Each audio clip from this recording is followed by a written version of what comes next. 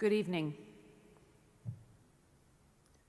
I am here today representing myself and my family, a family that once was large and vibrant, a family that lived for many generations on this continent, a family that loved and cared deeply for each other, a family who owned businesses, who worked hard and fought valiantly in World War I in defense of their homeland.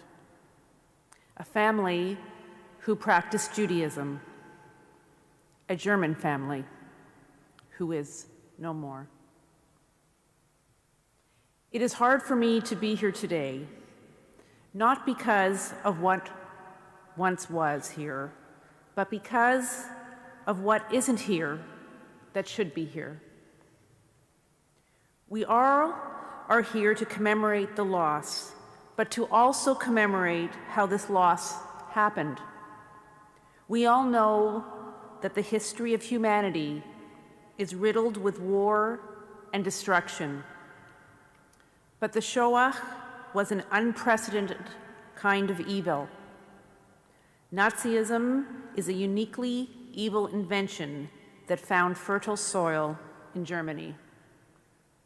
The Holocaust was an attempt to dehumanize and exterminate a people, not so the oppressor could merely gain power, but because of a simple hatred that was powerful. My father, Alfred, survived an atrocity. But I want you to know, it did not leave him bitter or hateful. It left him with pain and sadness. Sadness for what he lost, a life he loved. Many Jews hold anger towards Germany and its people. As a young person, I never understood why he and his friends and family did not.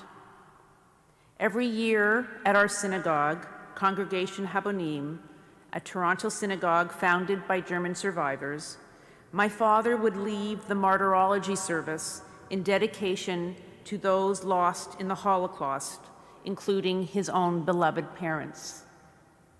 He would recite the prayers, dedications, and calling out of the murderers, never with anger in his voice. Because in his heart, he was a Jew, but also a German who grew up loving his culture and refused to allow Nazi Germany to define the meaning of being a German. He never denounced who he was. He understood, just as his fellow German survivors did, that the Shoah was a product not confined to one culture or people, but of the inhumanity of humanity. The product of what happens when hate festers, when we stay quiet until it is too late. In North America, we are so insular, so polarized. We live so ahistorically. There seems to be no room for discussion or debate. As a Jew, it feels like anti-Semitism is as prevalent now as it was here in the 1930s. And many Jews in Europe and other parts of the world harbor the same fears. I think Jews are now thinking not only of who are their allies, but who they can run to and hide should they need to. And all that because of this scourge on humanity is back. The scapegoating, the blame, the hate is again persuasive, and it is everywhere. It appears that humanity's deep sense of hopelessness gives power to haters, and it must be stopped.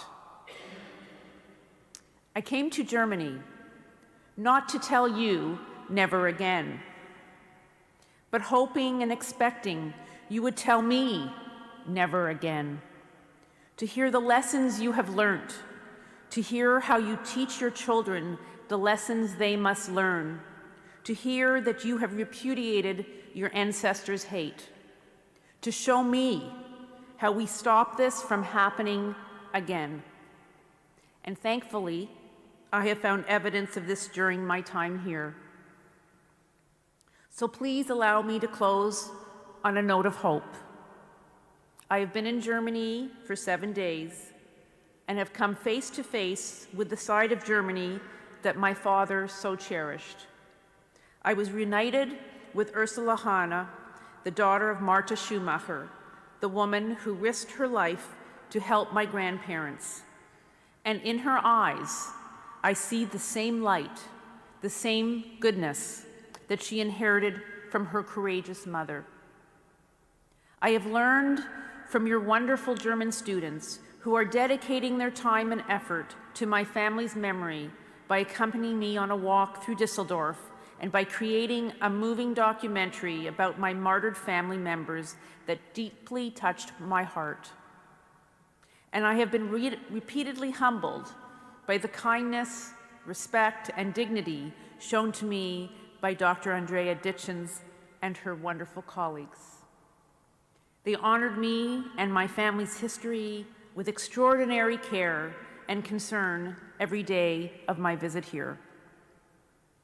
So despite all the anxiety and fears I had when I arrived, I now leave filled with a warm feeling in my heart, basking in the loving embrace of your friendship that allows me to say goodbye to Germany, filled with hope. I leave here knowing the German people are in good hands, and that my family's story will be forever preserved by your efforts that have inspired me to continue to do the same when I return home to Canada. On behalf of my late father and martyred grandparents, thank you for your solidarity, your kinship, and for showing me the positive side of Germany that was once so revered by my ancestors. Thank you from the bottom of my heart.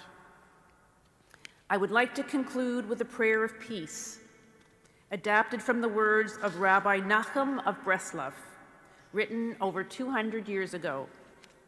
I will begin and end the prayer with a few words from the original Hebrew. Adonai HaShalom, Melech Shalom, Shaloch Oseh Shalom, Uvorei et Hakol. Source of peace, ruler of peace, grant peace to the people of Israel. Let the peace spread to all your creatures. Let there be an end to hatred, jealousy, competition between people. Let there only be great love and shalom between us all, so that we can all gather together, everyone with their fellow, speaking to each other, learning truth from each other. Adonai Shalom, Baruchenu Bashalom.